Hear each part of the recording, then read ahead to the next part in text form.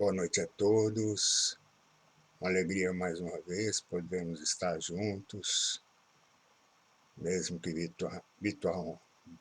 virtualmente, mas nada substitui o contato pessoal e as interações pessoais. Hoje, terça-feira, nós estamos no dia 12 de maio e vamos ao nosso evangelho de hoje. Mais uma vez, com o nosso livrinho Caminho, Verdade e Vida, hoje falando do capítulo 56, cujo título é Lucros. Nós vamos fazendo a nossa preparação, vamos nos ligando aos nossos amigos espirituais, aos nossos mentores pessoais, rogando para que traga a sua luz aos nossos lares, aos nossos corações, que possamos mais uma vez, nesta noite, através das palavras de ensinamento de Jesus e de todos os irmãos que com ele colaboram na divulgação do seu Evangelho, buscarmos as sementes e as flores que certamente nos auxiliarão nessa nossa jornada. Que assim seja, graças a Deus. E vamos então iniciando com a leitura da nossa lição, cujo título é Lucros, como havia dito. No livrinho Caminho, Verdade e Vida, capítulo 56, psicografia do Franciscano Xavier, juntamente com o seu grande amigo e mentor, Emmanuel. Emmanuel nos diz o seguinte, buscando a sua inspiração para este capítulo, no Evangelho de Lucas, capítulo 12, versículo 20. E o que tens ajuntado, para quem será? E aqui vale a pena nós irmos até o Evangelho para entendermos esse versículo e, portanto, a interpretação de Emmanuel a respeito. Lembrando primeiramente o significado de lucro. O lucro, na realidade, é qualquer vantagem ou benefício material, intelectual, moral que se pode obter e tirar de alguma coisa. Não é? E lá no Evangelho de Lucas, no capítulo 12, esse versículo se encontra inserido numa parábola que é a parábola do rico insensato, e que diz o seguinte: disse-lhe alguém da turba a Jesus: Mestre, dize ao meu irmão para dividir a herança comigo. Ele, porém, lhe disse: Homem, quem te constituiu juiz, ou melhor, quem me constituiu juiz ou servidor dentre vós? E disse-lhes: Olhai, guardai-vos de toda avareza, porque a vida de alguém não está na abundância de seus bens. E contou para eles uma parábola, dizendo: Em certa região, um certo homem rico produziu abundantemente e arrazoava em si mesmo, dizendo: Que farei, porque eu não tenho onde recolher os meus frutos? Disse: Farei isto: derrubarei os meus celeiros, edificarei maiores e recolherei ali todo o trigo e os meus bens. E direi à minha alma: Alma, tens muitos bens e armazenados para muitos anos. Repousa, come, bebe e deleita-te. Mas disse-lhe Deus: Insensato, nesta noite requisitam a tua alma de ti, e o que preparastes, para quem será? Assim é o que entesoura para si mesmo, mas não está enriquecendo para Deus. Então, com esta parábola, Emmanuel nos traz a interpretação desse versículo: e o que tens ajuntado, para quem será? Diz Emmanuel no seguinte: em todos os agrupamentos humanos, palpita a preocupação de ganhar. O espírito de lucro alcança os setores mais singelos. Meninos mal saídos da primeira infância mostram-se interessados em amontoar egoisticamente alguma coisa. A atualidade conta com mães numerosas que abandonam seu lar a desconhecidos durante muitas horas do dia, a fim de experimentarem a mina lucrativa. Nesse sentido, a maioria das criaturas converte a marcha evolutiva em corrida inquietante. Por trás do sepulcro, ponto de chegada de todos os que saíram do berço, a verdade aguarda o homem e a interroga: que trouxestes? O infeliz responderá que reuniu vantagens materiais, que se esforçou por assegurar a posição tranquila de si mesmo e dos seus. Examinada, porém, a bagagem, verifica-se quase sempre que as vitórias são derrotas fragorosas. Não constituem valores da alma, nem trazem o seio dos bens eternos. Atingida a semelhança equação, o viajor olha para trás e sente frio. Prende-se de maneira inexplicável aos resultados de tudo o que amontoou na crosta da terra. A consciência inquieta enche-se de nuvens e a voz do Evangelho soa-lhe aos ouvidos: pobre de ti, porque teus lucros foram perdas desastrosas. E o que tens ajuntado, para quem será? Essa lição é de um ensinamento muito profundo para todos nós e nos cala muito interiormente, mostrando que o verdadeiro valor não estão nas coisas materiais que amealhamos aqui na Terra, que muitas vezes entregamos até a nossa paz, a nossa saúde, o nosso desconforto na busca de um eventual conforto. Lembrando que as coisas materiais aqui nos estão emprestadas por Deus, temporariamente. Nos são fornecidas para que nós consigamos, de acordo com a missão que cada um tem, em desempenhar o seu papel, as suas ações, o seu comportamento, a fim de que possamos dar cumprimento a essas mesmas missões.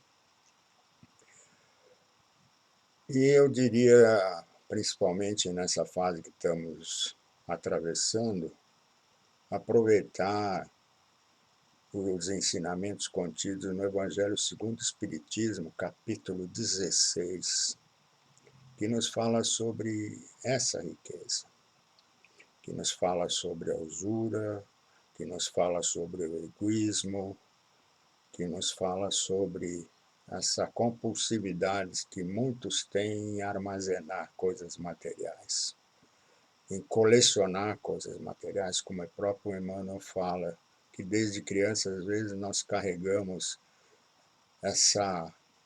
esse ímpeto em colecionar, em coletar, em ajuntar, né?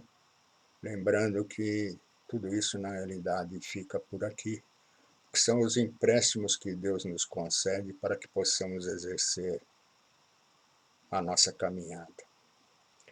E no capítulo 16 eu selecionei alguns trechos dos grandes irmãos espirituais os grandes amigos espirituais que já estiveram aqui, provavelmente alguns já retornaram, mas que são nomes conhecidos e que Kardec, de uma maneira pedagógica muito interessante, trouxe para todos nós através do Evangelho segundo o Espiritismo, psicografias maravilhosas desses espíritos que comentam sobre a riqueza. E a primeira delas fala sobre desigualdade das riquezas, que nos explica muitas das vezes o porquê de certos comportamentos que boa parte de nós possuímos. Então ele nos diz o seguinte, Kardec, numa psicografia do nosso irmão que assinou essa psicografia,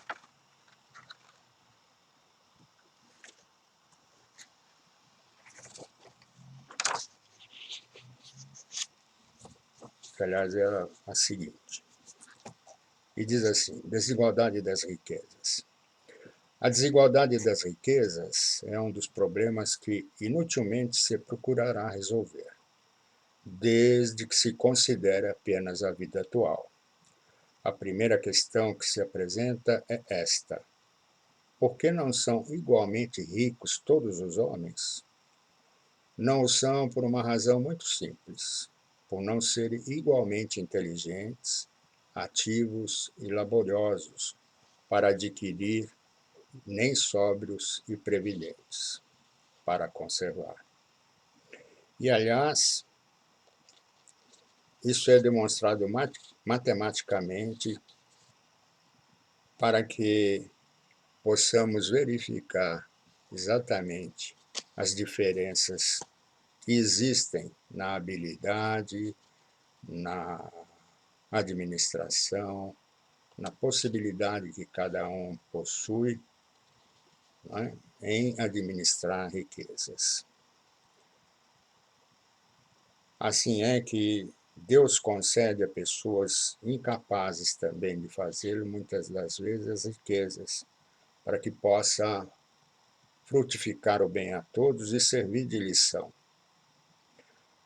Ainda aí está uma prova de sabedoria e da bondade de Deus, dando-nos o livre-arbítrio, quer ele que o homem chegue à experiência própria e a distinguir o bem do mal, e que a prática possa resultar dos seus esforços e da sua vontade. Não deve o homem ser conduzido fatalmente ao bem nem ao mal, sem o que não mais fora senão instrumento passível e irresponsável como os animais. A riqueza é um meio de nos experimentar moralmente, mas, ao mesmo tempo, é um poderoso meio de ação para o progresso. Não quer Deus que ela permaneça longo tempo improdutiva, pelo que incessantemente a desloca, fazendo com que cada um tenha de possuí-lo para exercitá-la e utilizá-la e demonstrar que uso sabe fazer dela cada um de nós. A pobreza é para os que a sofrem a prova da paciência e da resignação. A riqueza é para os outros a prova da caridade e da abnegação.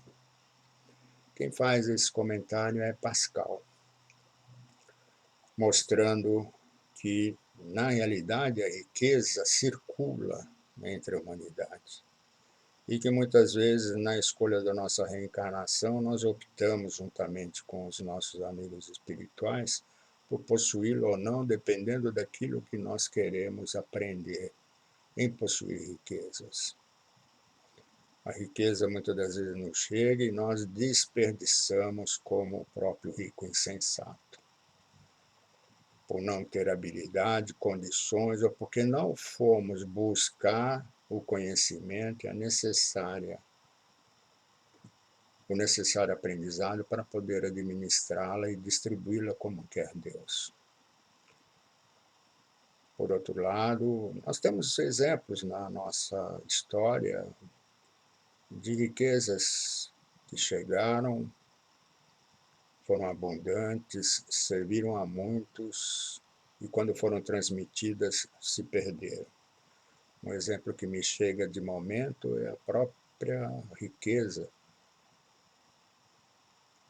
que foi extremamente elaborada, trabalhada, com muito esforço, com uma administração fantástica, que foi do Hermelino Matarazzo, grande industrial paulista, de origem italiana, que construiu um verdadeiro império aqui no Brasil, com inúmeras fábricas, empregando milhares e milhares de pessoas, portanto, fazendo com que a sua riqueza distribuísse frutos.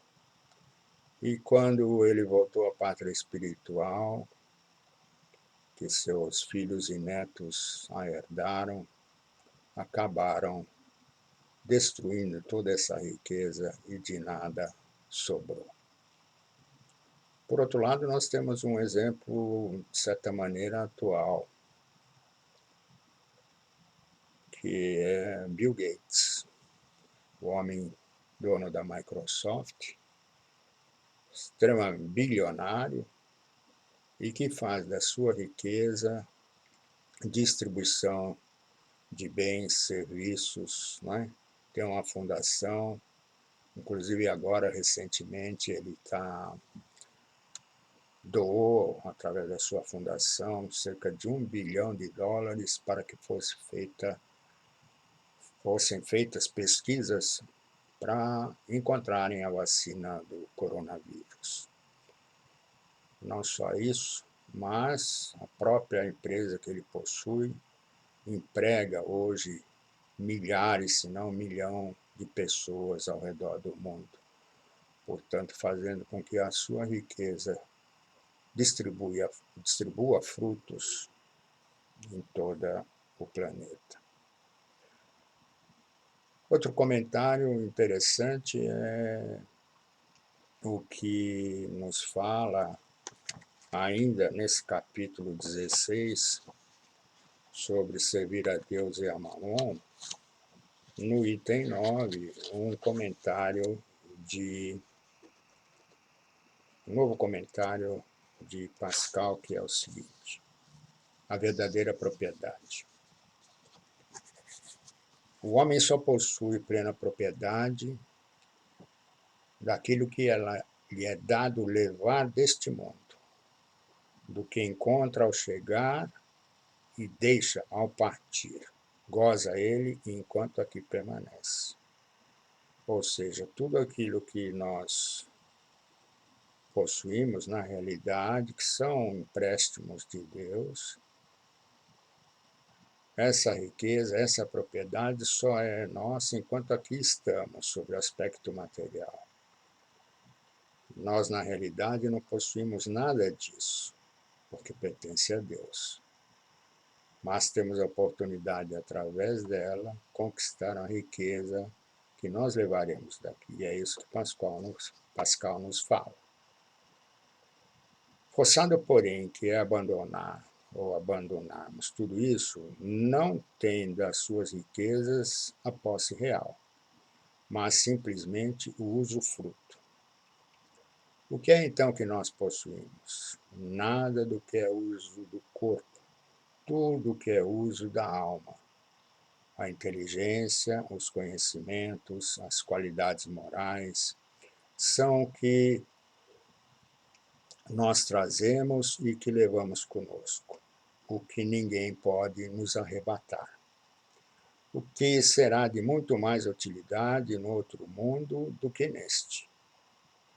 Depende de nós sermos mais ricos ao partir do que ao chegar, visto como do que tiver adquirido em bem resultará a nossa posição futura.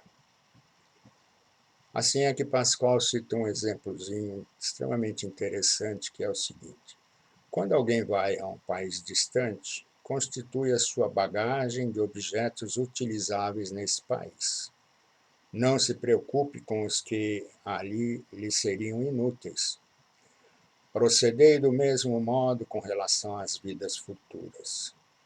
Aprovisionai-vos de tudo o que de lá vos possais servir. Ao viajante que chega a um albergue, bom alojamento é dado, se o pode pagar. A outro de parcos recursos toca um menos agradável. Quanto ao que nada tenha de seu, vai dormir numa enxerga. O mesmo sucede ao homem à sua chegada no mundo dos espíritos. Depende dos seus haveres o lugar para onde vá. Não será, todavia, com o seu ouro que ele o pagará. Ninguém lhe perguntará: quanto tinhas na terra? Que posição ocupavas? Eras príncipe ou operário? Perguntar-lhe-ão: que trazes consigo? Não se lhe avaliarão os bens, nem os títulos, mas a soma das virtudes que possua. Ora, sob esse aspecto, pode o operário ser mais rico do que o príncipe. Em vão alegará que antes de partir da terra, pagou a peso de ouro sua entrada no outro mundo. Responder-lhe-ão: os lugares aqui não se compram, conquistam-se por meio da prática do bem com a moeda terrestre.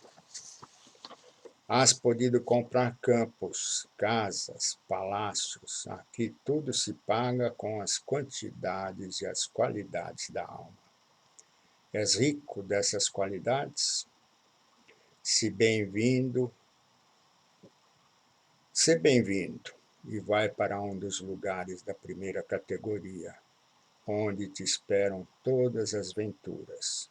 És pobre delas?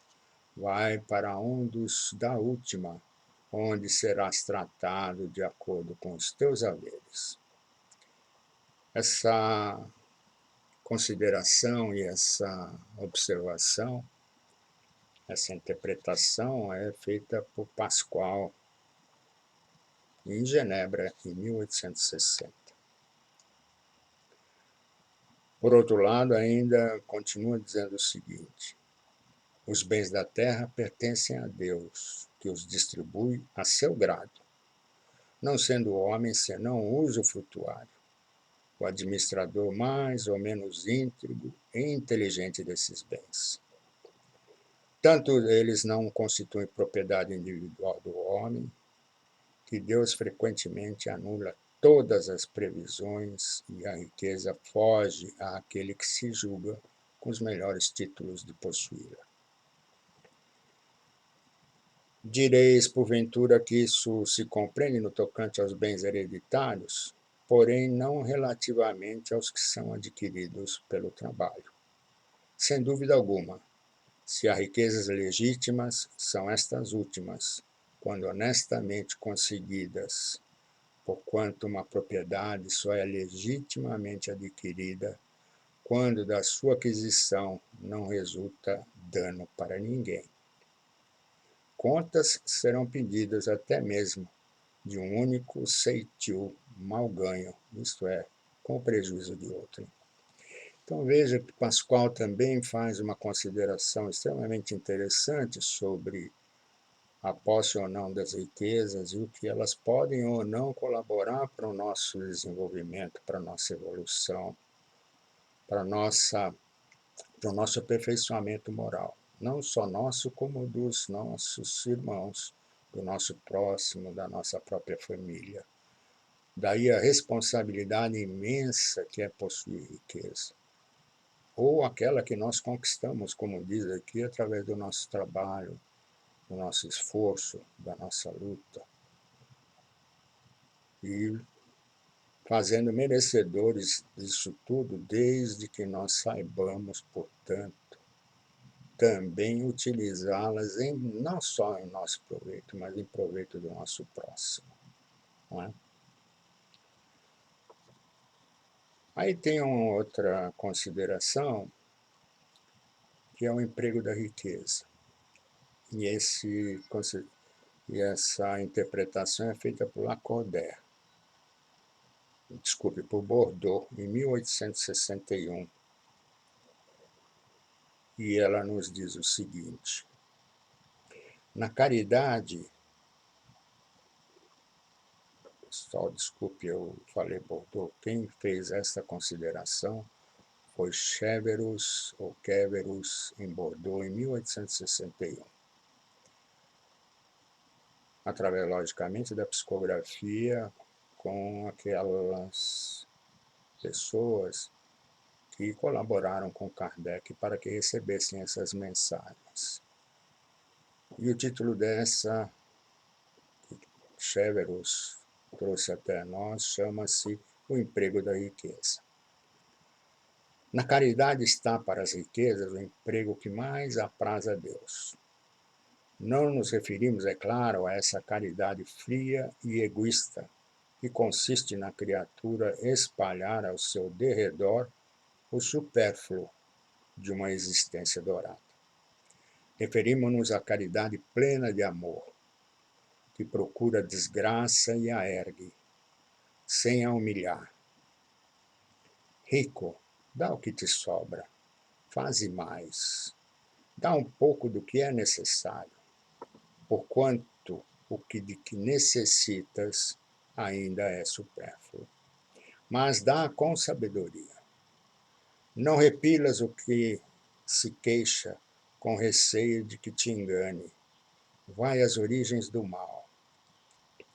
Alivia primeiro, em seguida informa-te e vê se o trabalho, os conselhos, mesmo as afeições, não serão mais eficazes do que a tua esmola.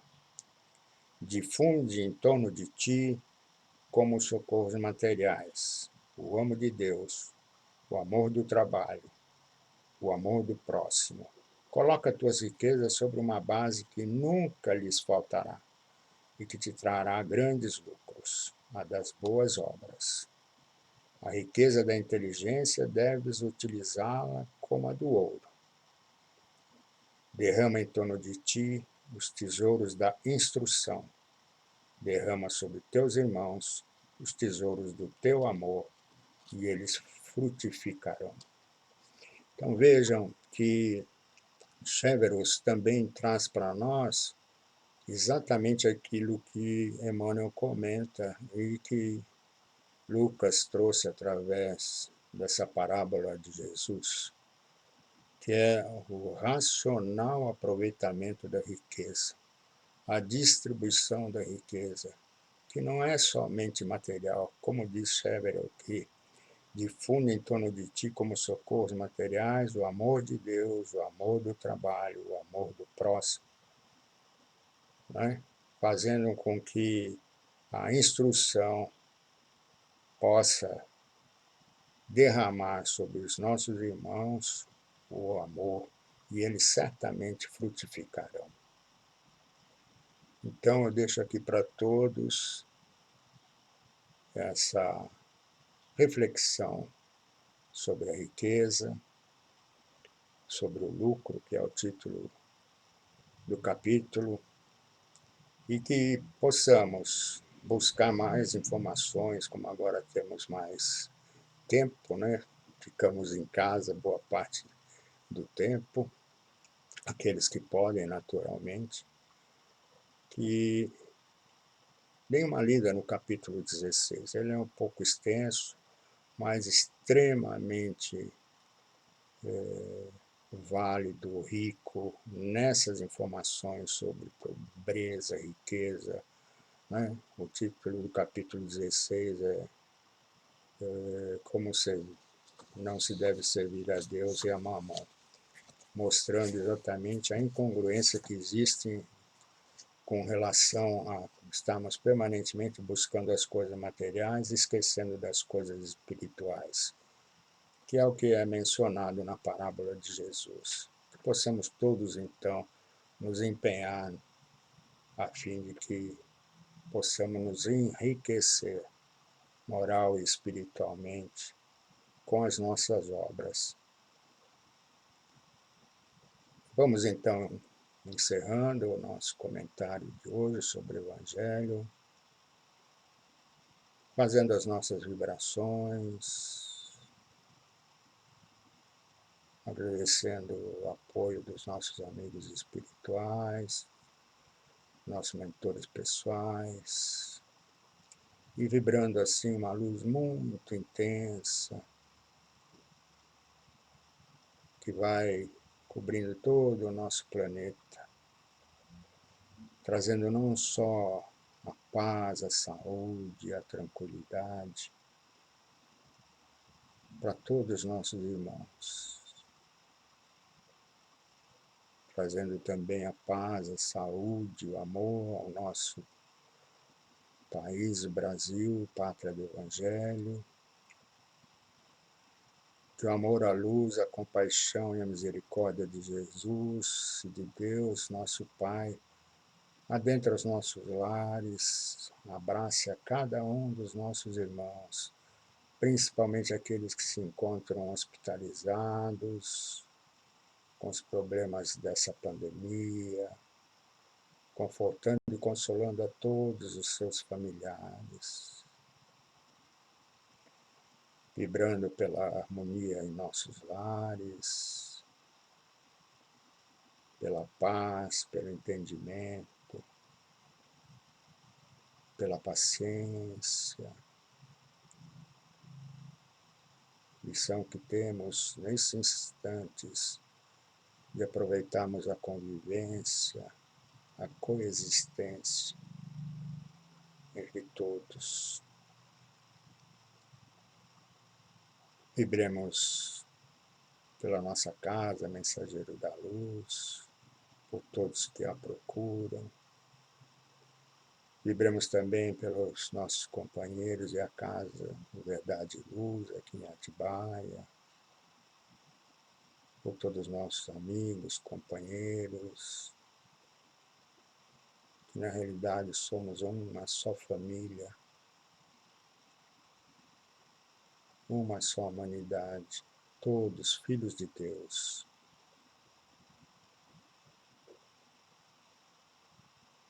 Vibremos também por aqueles que daqui já partiram, que possam encontrar o consolo, a luz, a paz, encontrando com certeza o infinito amor de Deus no retorno à pátria espiritual, auxiliado pelos nossos amigos espirituais, pelos seus ancestrais. E vamos também vibrando para que em breve possamos, Senhor, estamos de volta ao nosso convívio, mais íntegros, mais maduros, mais conscientes, mais responsáveis, com tudo que nos propicia e com todos com quem convivemos nesse momento. Vamos também deixando uma vibração em aberto, para que todos possam mentalizar os locais e pessoas do seu convívio, da sua amizade, do seu relacionamento. E finalmente vamos buscando uma vibração de muita luz, de muita paz, de muito amor, que entregamos na mão dos nossos amigos espirituais, para que conduzam os locais e pessoas considerados por eles os mais necessitados. Que assim seja, Senhor. Graças a Deus. A todos os amigos, um grande abraço, uma maravilhosa semana, e que Deus e Jesus possam abraçar a cada coração, nos dando a certeza de que o seu amor está acima de tudo, de todos, e que possamos entender a lição pela qual todos nós, esta humanidade presente, passa atualmente. como dizia Chico Xavier, tudo passa, inclusive nós passaremos, mas sairemos fortalecidos e mais amorosos, com certeza. Uma linda semana a todos. Que Deus nos abençoe hoje e sempre. Obrigado.